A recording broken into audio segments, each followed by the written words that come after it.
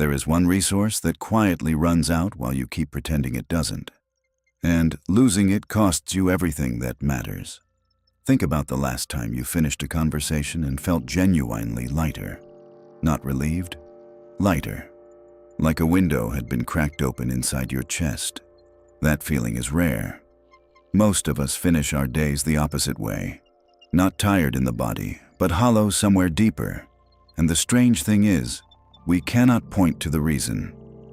We gave nothing dramatic away. We made no extraordinary sacrifice. We did not run a marathon or carry furniture up 3 flights or endure a medical procedure. We simply moved through an ordinary day. We responded to messages. We attended meetings. We showed up for the people who expected us to show up. We handled the things that needed handling.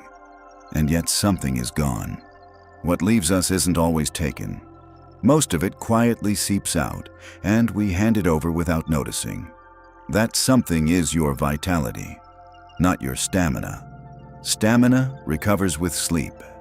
Not your motivation. Motivation responds to inspiration, something older and quieter than either of those. Your core attention, the faculty that makes thought possible, the quality that allows you to be genuinely present rather than merely physically available. The thing that, when it is intact, allows you to look at a problem and see through it, to look at a person and actually hear them, to look at your own life and feel, if not always satisfied, at least awake to it. When that faculty is depleted, not gone but thinned, worn to a kind of translucency, everything downstream suffers. The decisions feel harder. The creativity goes quiet. And the relationships feel like performance.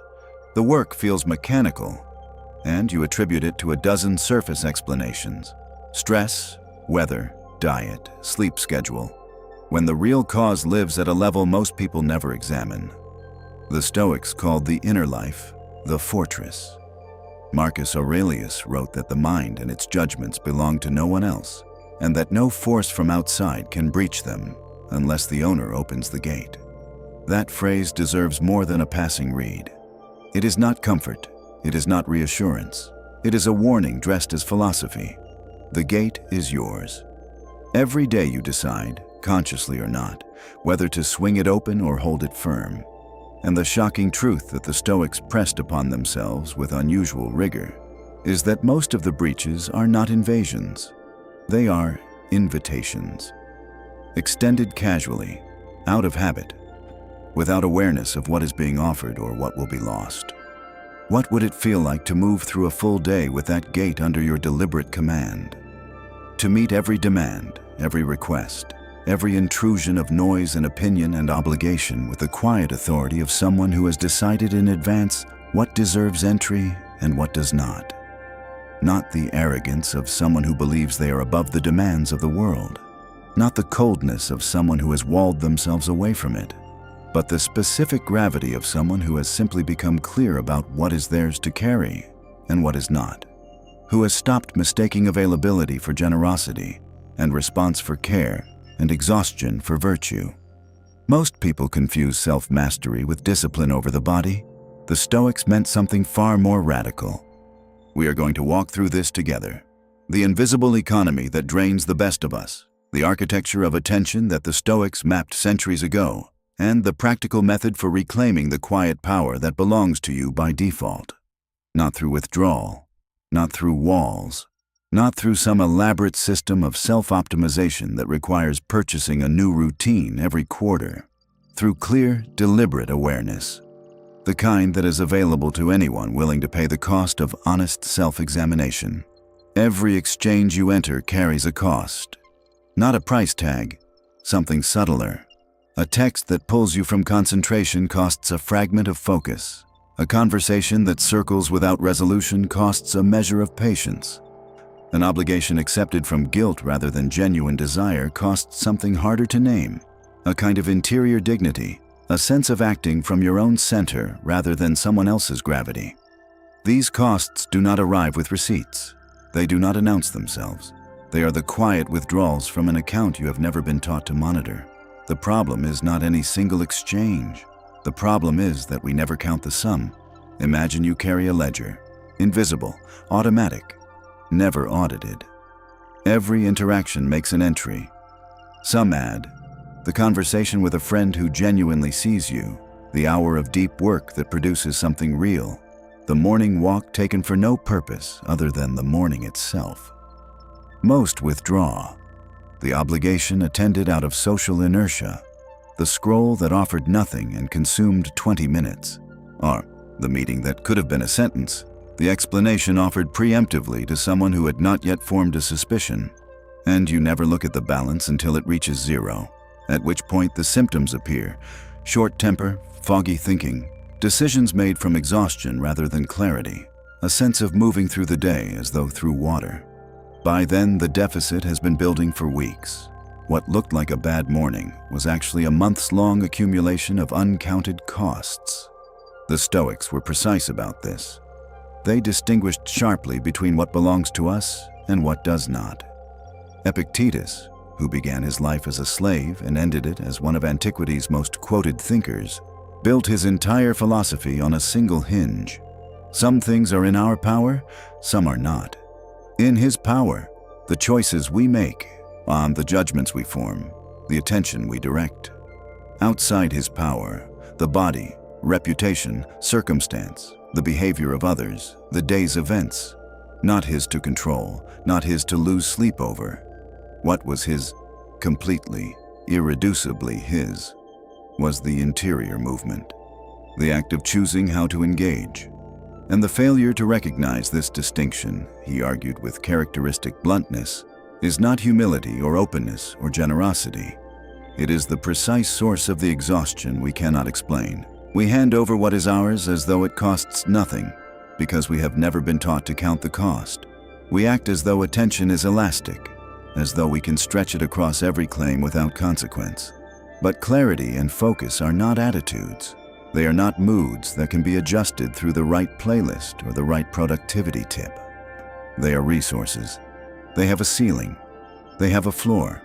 And beneath that ceiling, in the space between empty and full, live all the choices you are still capable of making well. When the resource is abundant, the choices are clear. When it is thin, the choices are clouded by something that feels like fatigue but runs deeper. A kind of inner dimness, where options that would normally be obvious become indistinct, and actions that would normally feel aligned feel arbitrary. Here is the question that changes everything. Who decided your attention was available to everyone who wanted it? Nobody made that decision consciously. No one sat down and deliberately chose to offer their entire capacity of mind to whoever needed it, regardless of the cost. But default behavior, the habit of responding, accommodating, extending, excusing, over-explaining, preemptively softening, reflexively filling silence, functions like a decision made on your behalf. When we do not consciously allocate attention, the world allocates for it. And the world is not strategic about your well-being. The world is strategic about its own needs, and its needs are perpetual, varied, and entirely indifferent to whether you have already given everything available. Consider what an ordinary afternoon actually costs. A colleague asks a question that could wait. You answer immediately, not because it is urgent, not because waiting would damage anything, but because immediate response has become your ambient expectation of yourself. A family member vents frustration in your direction, and you absorb it not because you have something useful to offer, but because absorption has become your reflex. You confuse presence with solution. You confuse availability with love. A notification arrives on your phone and you unlock the screen, not because the news is relevant to anything you are working on or care about, but because not checking it creates a mild background anxiety that costs slightly more in the moment than the cost of simply looking. And each of these, small, individually negligible, withdraws from the account. This is what makes the invisible economy so difficult to see. No single withdrawal seems like a problem. The colleague's question took 40 seconds. The family member's venting lasted 3 minutes. The phone check cost 10 seconds. The obligation attended from guilt occupied an hour, but it was only 1 hour, and you had the hour available. and so the calculus seemed to work. It is only an aggregate, only when you step back from the individual transactions and look at the cumulative balance, that the pattern becomes legible, and by then the fatigue is already structural. The energy that disappears before breakfast is often the most expensive loss of the day. And this is before the most insidious category, the internal demands. The rehearsal of conversations that have not happened yet. The mental auditing of what others might think about a decision you have not yet announced. The subtle background hum of comparison, measuring your pace against someone else's timeline, your depth against someone else's performance, your quiet progress against someone else's visible achievement. These are the drains no one else can see or create or remove. They run before the day begins. They run while you sleep. They have no identifiable external source, which is precisely why they are so difficult to stop, and precisely why so many people exhaust themselves solving for the wrong variable. Changing environments, changing relationships, changing routines, without touching the interior machinery that runs regardless. Stoicism does not ask you to feel nothing. It has never, in its most honest formulations, been about the elimination of emotion or the performance of impassivity. It asks you to observe with precision, to notice when a thought is a useful instrument, pointing toward a genuine problem that requires genuine attention. And when it is a wound, you keep reopening because the habit of reopening it has become more familiar than the alternative. Marcus Aurelius practiced this in writing. The meditations were not written for publication. They were a private audit, a set of notes made to himself, by himself, for himself. Each entry was a reckoning. Where had his attention gone today? Had his responses been deliberate, or had he been swept along by the automatic currents of mood, circumstance, and other people's urgency? Had he opened the gate unnecessarily? And if so, why? And what did he intend to do differently tomorrow? The document reads less like philosophy and more like someone taking their own inner life seriously, refusing with visible effort and recurring failure and renewed commitment to let the day go unexamined. The practice is not perfect in the meditations. Marcus stumbles. He repeats himself. He notes the same failures across entries years apart, which is perhaps the most useful thing about the document. It demonstrates that the practice is not a destination you reach. It is a discipline you maintain, available to you, right now. Not the exact method, the underlying commitment, to treat your attention as something worth tracking, your clarity as something worth protecting, and the daily examination of both as something worth the time it requires. What separates people who seem perpetually calm from those who seem perpetually overwhelmed is not luck. It is architecture. Boundaries is a word that has been softened by overuse until it has become almost entirely ornamental, a term deployed in self-help contexts to signal sophistication without requiring the uncomfortable work of actually establishing anything. Let's rebuild what it actually means from the foundation. A boundary is not a wall. A wall is indiscriminate. It keeps everything out, the demand and the invitation alike, the intrusion and the genuine request for connection, the drain and the restoration. A wall does not require discernment because it does not make distinctions. It simply refuses all access, and in doing so creates a different problem. The isolation of someone who is no longer available to the relationships and engagements that would actually nourish them. A boundary is something categorically different. A boundary is a threshold, a deliberate point of entry that you govern with awareness. It opens for what serves and closes for what drains. It is not automatic. It does not function without the ongoing exercise of judgment. And it does not protect through rigidity, but through clarity. The clarity of someone who knows what they have to offer, what it costs to offer it, and what conditions allow the offering to be sustainable rather than depleting. This matters because the most common failure in protection is not the refusal to build. It is building the wrong structure. People who try to guard their vitality through blanket avoidance become rigid. People who try to guard it through withdrawal become isolated.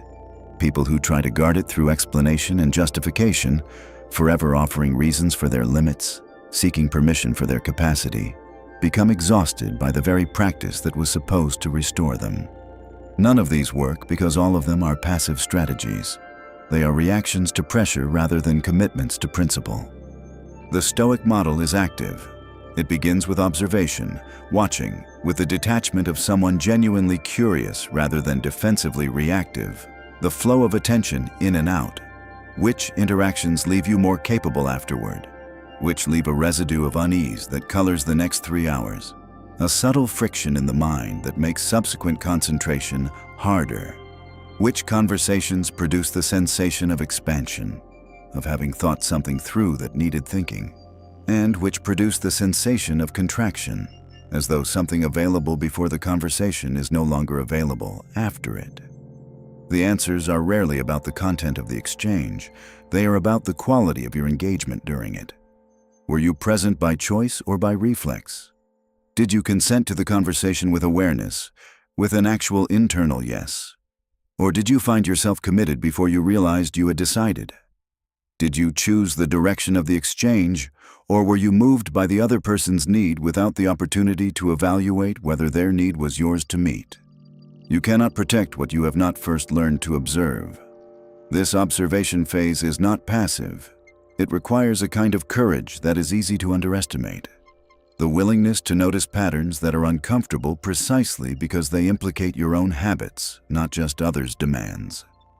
The colleague whose questions interrupt your focus is easier to identify as a drain than the habit of over-explaining yourself to avoid potential misunderstanding from anyone who might be watching. The family dynamic that leaves you hollow is easier to name than the internal compulsion to perform adequacy in every room you enter, to make yourself useful before anyone asks, to forestall disappointment by assuming it is already coming and preemptively managing it. Epictetus described this internal territory with unusual precision.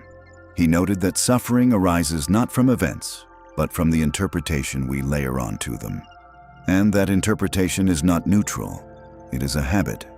It is a learned response that was once, in some earlier context, adaptive. It served a purpose. It protected something or secured something or allowed something that would otherwise not have been permitted. But it is a habit. And habits, unlike instincts, can be examined. Habits, unlike character, can be changed. But only after they are seen for what they are, automatic responses wearing the costume of necessity. The costume of this is just how I am. This is just how things work. This is what caring looks like. This is what responsibility requires. When you observe the pattern, when you can say, with clarity and without defensiveness, "This drains me and I have been choosing to keep allowing it," something shifts. The drain does not immediately stop, but your relationship to it changes. You are no longer a passive recipient of something happening to you. You are someone who sees the mechanism clearly and can choose incrementally, imperfectly, but with increasing consistency, to intervene. Choice is only possible where awareness already lives. The practical expression of this is what the Stoics called the pause, the deliberate gap between stimulus and response. In that gap lives your sovereignty. Without the gap, the response is automatic. The yes that was never genuinely considered, the accommodation that was never genuinely chosen, the absorption of someone else's anxiety that was never actually necessary, the agreement with an implied expectation that was never explicitly stated. The pause does not require drama. It requires only the moment of interior consultation. Is this mine to carry? Does this deserve my full presence? Am I responding from values or from the accumulated reflex of 1,000 previous responses that I never chose either? Over time, the pause becomes faster. What initially requires deliberate effort, the conscious stopping, the breath, the actual internal question, becomes instinct. Not the instinct of avoidance, but the instinct of governance. You begin to recognize the quality of an incoming demand before you have processed its full content. Something in your nervous system, trained by the practice of observation, learns to distinguish between the weight of genuine obligation, the kind that aligns with your values and deserves your presence, and the weight of performed obligation, the kind that serves someone else's comfort at the expense of your clarity. And you begin to respond to each accordingly. Not perfectly, Not without the occasional failure of nerve. The occasional reflexive yes offered before the pause could be inserted, but with a directional orientation that, over weeks and months, reshapes the baseline. The default shifts. What was once automatic becomes deliberate. What was once unconscious becomes slowly and with real effort, chosen. The pause is not hesitation. It is the moment where a life of intention is built, one response at a time. We have been speaking about external exchanges, other people, their requests, the claims they place on your attention with varying degrees of awareness and varying degrees of need. But the most expensive ledger is the one you keep with yourself. Internal drains are architecturally different from external ones. External demands arrive from outside and require your consent, however unconscious, however reflexive, to proceed. Internal drains require no invitation. They are already inside. They do not knock. They do not announce themselves as demands. They arrive dressed as thoughts. How? Which is what makes them so difficult to quarantine. Because thoughts are not inherently the problem. Thoughts are the medium through which you navigate reality. The issue is not the presence of thought, but the quality of thought, whether it is purposeful, directed, contributing to something actual, or whether it is the automated production of a mind that has been trained by fear and conditioning to run certain programs regardless of whether they are serving anything. The thought that consumes your attention before anyone else has entered the room is the most expensive thought you will have all day. Anxiety about how you appear. The subtle compulsion to justify your choices to an imagined audience that has not assembled, about a verdict that has not been rendered, regarding a crime that has not been committed. The background frequency of comparison, the constant, low-level measurement of where you stand relative to where you feel you should be, where others appear to be, where some earlier version of yourself said you would be by now. These are not character flaws. They are not signs of weakness or insufficient mindset work. They are the natural products of environments that reward performance, penalize stillness, and have never offered a framework for distinguishing productive thought from the kind of internal labor that produces only exhaustion. The mind learns what is valued and begins optimizing for it automatically, even when the optimization produces only cost and no product. A mind shaped by the imperative to appear capable will spend energy manufacturing the appearance of capability, even in private, even when alone, even when no audience is present. It will rehearse competence for an empty room. A mind shaped by fear of judgment will construct defenses against criticism that has not yet been delivered and may never be. It will prepare arguments for cases that are not on the docket. It will expend the energy of a trial on a verdict that was never coming. These processes run continuously, below the level of conscious attention, withdrawing from the reserve with the same regularity and the same invisibility as the external drains. And they are often more expensive because they are not constrained by the social rhythms that limit external demands. Another person can only ask so much of you in a day. The internal demands have no social clock. They run at 3 in the morning. They run during the 5 minutes of quiet you managed to carve out before the household woke. They run in the background of conversations that deserve your full presence, tinting every exchange with a preoccupation that the other person cannot name but can feel. Carl Jung observed that what remains unconscious does not disappear. It operates from the shadows, shaping behavior and presenting the results as fate. The patterns you have not examined are not dormant. They are active. They are making choices on your behalf. And until you bring them into the light of deliberate attention, not to eliminate them, not to judge them, but simply to see them clearly, they will continue to do so. And you will continue to attribute their consequences to external causes. When you begin auditing internal attention with the same rigor you apply to external demands, the landscape changes completely. Practices that support this are not optional luxuries. They are structural requirements for anyone who takes seriously the project of living deliberately. Journaling, when done without performance, without the secret audience, without the hope of producing something impressive, becomes a diagnostic tool of unusual power. You surface patterns that would otherwise remain invisible for years. the recurring worry that signals not a catastrophe, but a genuine decision that has been avoided. The recurring comparison that reveals an unexamined value, something you want, that you have not permitted yourself to acknowledge wanting, that keeps asserting itself anyway through the side door of envy. The recurring fantasy that points towards something real, a direction, a purpose, a way of spending time that you have dismissed as impractical or self-indulgent, but that persists with the tenacity of something actually true.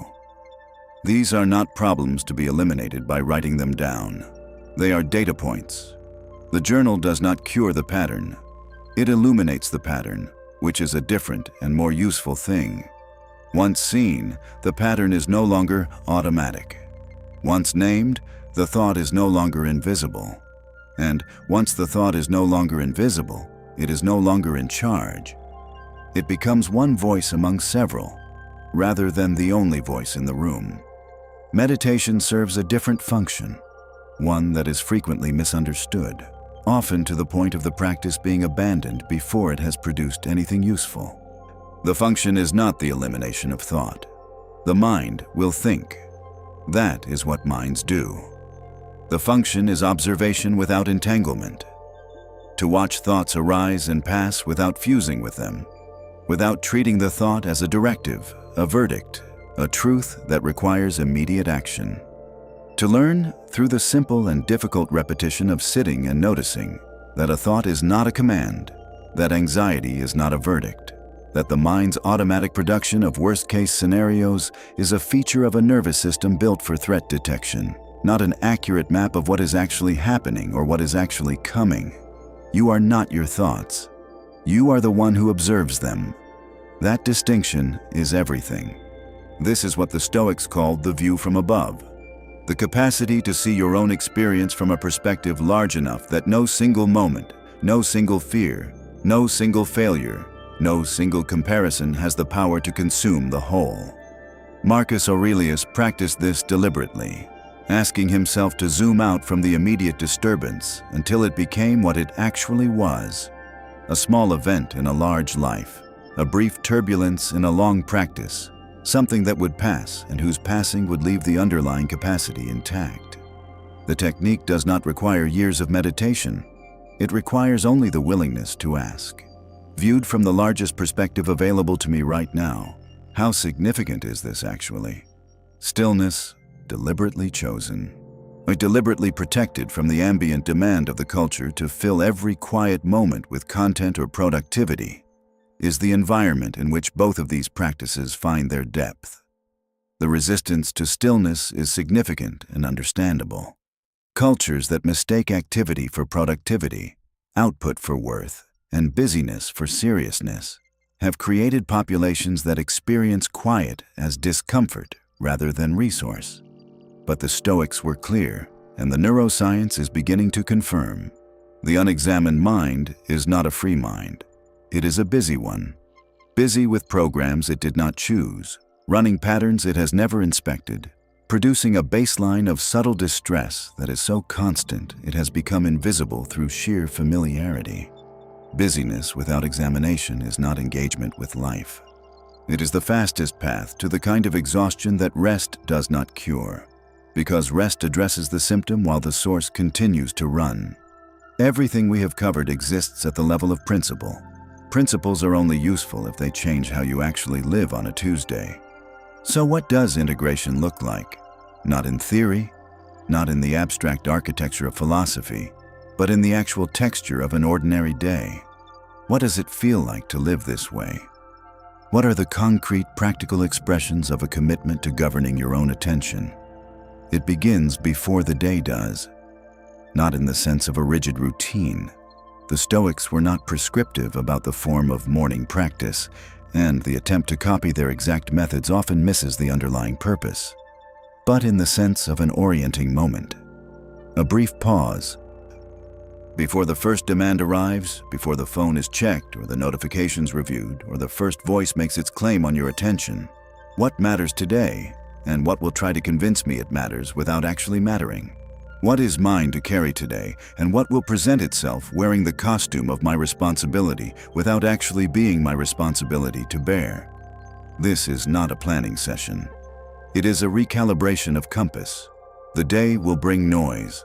The noise will wear the mask of urgency. And without the morning consultation with your own values, with your own clearly held sense of what the day is actually for, the noise wins before noon. If you do not decide what the day is for, the day will decide for you, and it will not choose wisely. During the day, integration means practicing the pause. Not perfectly, not in every instance, but with increasing consistency and with reduced self-judgment when the consistency fails. Noticing the reflexive yes forming before the question is complete. Noticing the body's response to a particular incoming interaction. The slight tightening across the shoulders that signals, before conscious processing, that an unconscious cost is about to be paid. Noticing when a conversation has shifted from genuine exchange, where something real is moving between two people, to a dynamic of extraction, where one person is giving and the other is consuming without awareness of what the giving costs and without corresponding investment. None of this requires announcing itself. You do not need to tell anyone that you are protecting your attention. You do not need to make your practice visible, defend it in conversation, or justify the change in your availability to people who previously relied on your unlimited supply of it. You simply practice the pause. You let the response emerge from the consultation rather than from reflex. You answer when you have something to offer, and you delay when the answer forming inside you is the product of habit rather than clarity. Over time, not in a week, but in months, the people in your life will register the change without being able to name it. You will seem steadier, less reactive, more present when you are present, because your presence is now chosen rather than defaulted, which gives it a quality that chosen things always have, the quality of actually meaning it. Chosen presence is the most generous thing you can offer. It is also the rarest, whereas integration also means releasing the obligation to justify the boundary once it is set. This is where many people lose the ground they have worked to gain. The limit is established, the no is offered, the refusal is communicated, the space is created by the deliberate absence of the usual accommodation. And then, in the discomfort that follows, the explanation begins. And the explanation is itself an act of depletion. It treats the boundary as a debt that must be repaid in reasons, as though your clarity requires the other person's approval to remain valid, as though a decision made from genuine self-awareness is only legitimate if it is accepted by the people it affects. It does not require their approval. The boundary stands on its own. The explanation can be offered, kindly, once, in service of the relationship, rather than in service of your own discomfort. And then it need not be repeated. Seneca, writing on the brevity of life, made a point that cuts deeper the longer you sit with it. The problem is not that life is short. It is that we misuse so much of what we have. Time and attention are the same resource seen from different angles. The people who seem to have more of both are not gifted with extra hours or extraordinary reserves of will. They have simply stopped offering their hours to every claimant who arrives with a request, and stopped treating their attention as a commons that anyone is entitled to access. The refusal to over-explain your own boundaries is not coldness. It is the completion of the boundary itself. Weekly reflection amplifies everything else. Once per week, not in crisis. Not when the balance has already reached zero and the symptoms are already acute, but as a regular practice of maintenance, as ordinary as any other form of upkeep. Examine the architecture of the week just past. Which relationships left you more capable after each encounter? Which consistently left a residue? A subtle fatigue, an unease, a faint sense of having given more than was asked for and less than you actually had to offer? Which obligations on your schedule are genuinely aligned with your values and your sense of what matters, and which arrived through default, through social inertia, through the path of least resistance that became a path of habit before you noticed you were on it? What you do not examine weekly, you will eventually pay for all at once. This is not about pruning relationships or escaping responsibilities. The Stoics never counseled the abandonment of commitment or the removal of oneself from the demands of community. Seneca had obligations. Marcus Aurelius ruled an empire. Epictetus taught students. They were not retreatants. They were engaged, deeply and deliberately engaged, with the full complexity of lives that required constant response to others. What they counseled was conscious stewardship of the capacity that made genuine engagement possible. Some drains are necessary. They are the costs of love, of loyalty, of showing up for people who matter precisely because they matter, not because they are easy. The Stoics never counseled detachment from care. What they counseled, with unusual clarity, was that the capacity to care must be protected, because it is not self-replenishing at the rate the world will consume it if left ungoverned. You cannot pour from what you have already surrendered.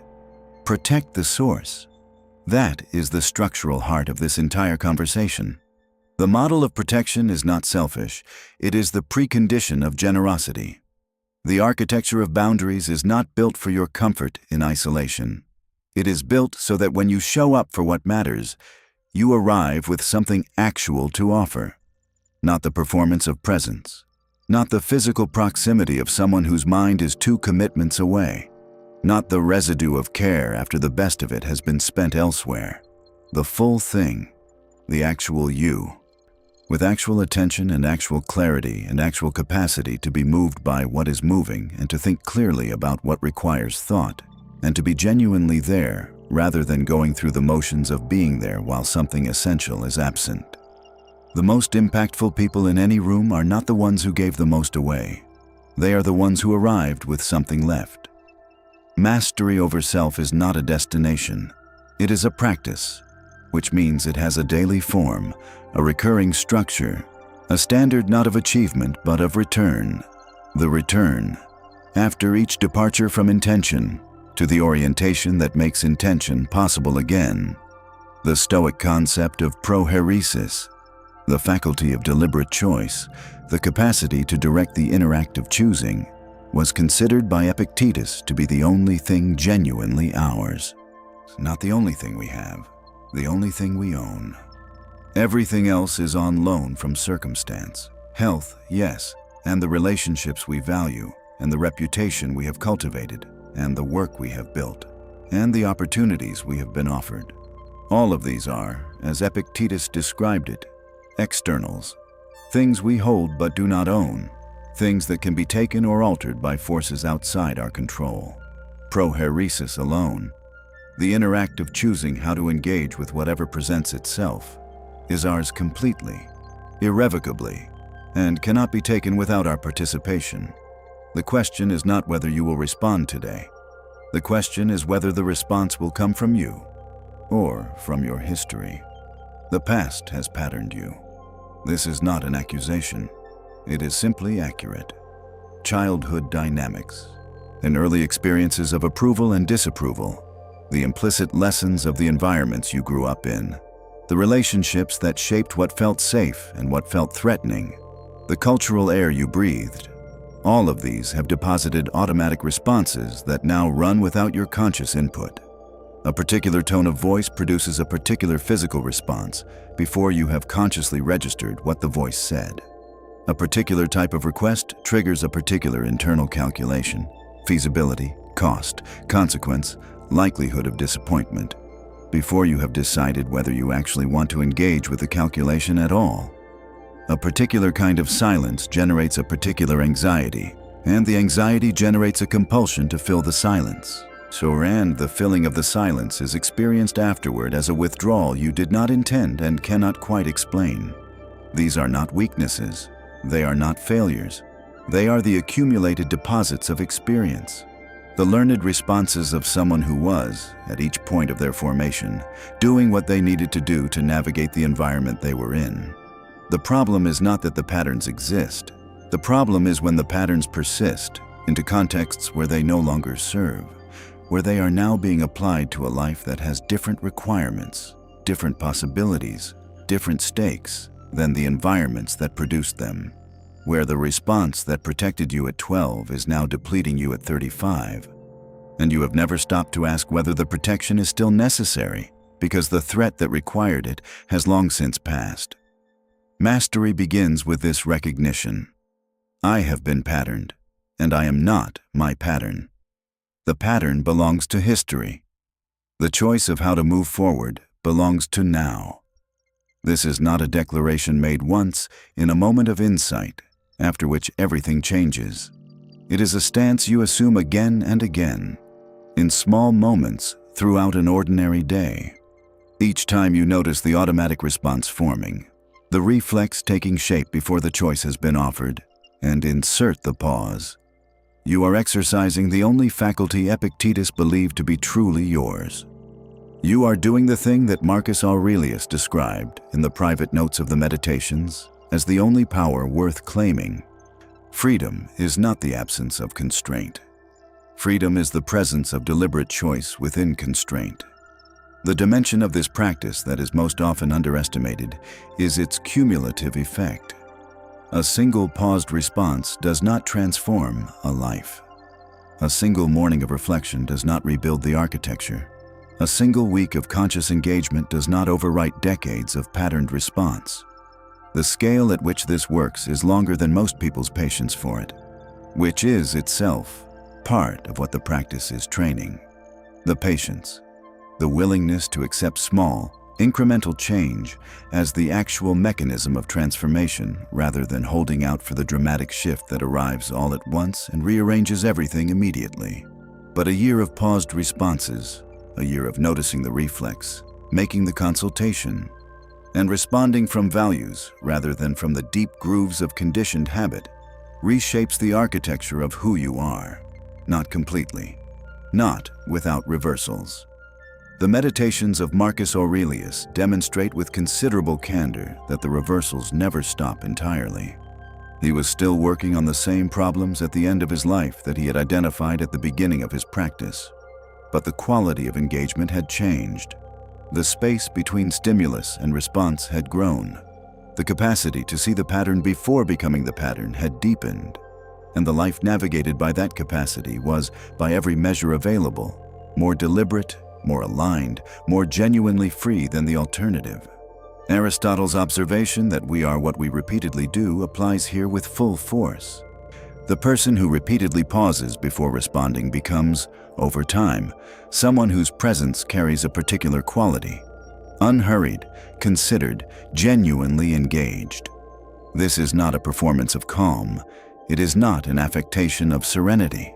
It is the structural result of a long practice of choosing deliberate observation over reflex, engagement over automatic compliance, and the temporary discomfort of the pause over the false relief of the immediate response. You are always building something with your daily choices. The only question is whether it is what you intended. And here is the dimension that brings the entire framework into its proper proportion. This practice is not solitary in its effects, and it is not selfish in its purpose. The person who has learned to govern their own attention changes the dynamics of every room they enter. Not through force, not through announcement, not through the performance of a philosophy, but through the quality of presence that deliberate practice produces. They model something that others register without language and respond to without fully understanding why. That it is possible to be deeply engaged without being consumed by the engagement. To care without being depleted by the caring. To give without losing the core of what makes the giving meaningful and the giver someone worth giving to. The discipline to protect your inner world is the greatest gift you can give the outer one. This is the Stoic paradox of care. The more deliberately you protect your capacity for presence, the more genuinely present you can be for the things that deserve it. The more consciously you govern your attention, the more valuable the attention you offer becomes. Selectivity is not diminishment. It is concentration. A focused beam of light accomplishes work that scattered light cannot. Scattered light illuminates nothing precisely. Focused light cuts through material that the scattered version could never touch. This is the physics of attention as much as it is the philosophy of it. Dispersed across every claim, it serves none of them fully. Directed with intention toward what matters, it changes things. Scatter is not generosity. Focus is. Take a breath and let this settle. What we have walked through together is not a system of avoidance. And it is not a philosophy of indifference. It is the ancient and carefully documented practice, tested across the full range of human circumstance, from slavery to imperial power, of treating your inner resources with the same seriousness that the world treats them, on your own terms and in service of what actually matters to you. Your vitality is finite. Your attention is precious. Your clarity, the particular quality of mind that allows you to engage fully, to decide wisely, to be genuinely present for the people and work and moments that deserve your best. That clarity is not a given. It is not automatic. It is the product of a practice.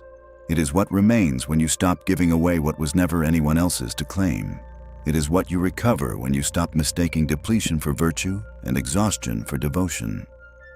The life that becomes possible when you stop leaking is worth whatever the protection costs. You do not owe anyone your exhaustion. You do not owe anyone the scattered remnants of a mind that has been divided among 30 competing claims before the first hour of the morning is over. What you do owe, what is worth offering, what is worth protecting the capacity to offer, is your full, deliberate, genuinely chosen presence in the moments that deserve it. For the people who have demonstrated that the relationship warrants investment, in service of the work that is genuinely yours to do, and that will only be done well if the person doing it has preserved the capacity to bring real attention to it. Every boundary honored makes that quality of presence more sustainable. Every pause practiced makes the next conscious response faster and more certain. Every morning consultation with your own values makes the day's noise less able to redirect you without your knowledge. And every one of these small acts of care for your own inner life adds a brick to an architecture that is, over time, the most important structure you will ever build. The fortress is yours. The gate is yours. The choice of who enters and what you carry, that has always been yours. If this conversation reached something real in you, if any part of it pointed at something you have been feeling but not naming, something you have been carrying but not examining, something you have been giving away without realizing that the giving was costing more than you could afford, then consider passing it on to someone who might need it. And if you have found value here, if the conversation with Stoic Horizon has offered something worth returning to, then hit like and let the channel grow. Subscribe if you want to continue this work, because the next conversation goes deeper, and the practice we are building together is one that compounds over time.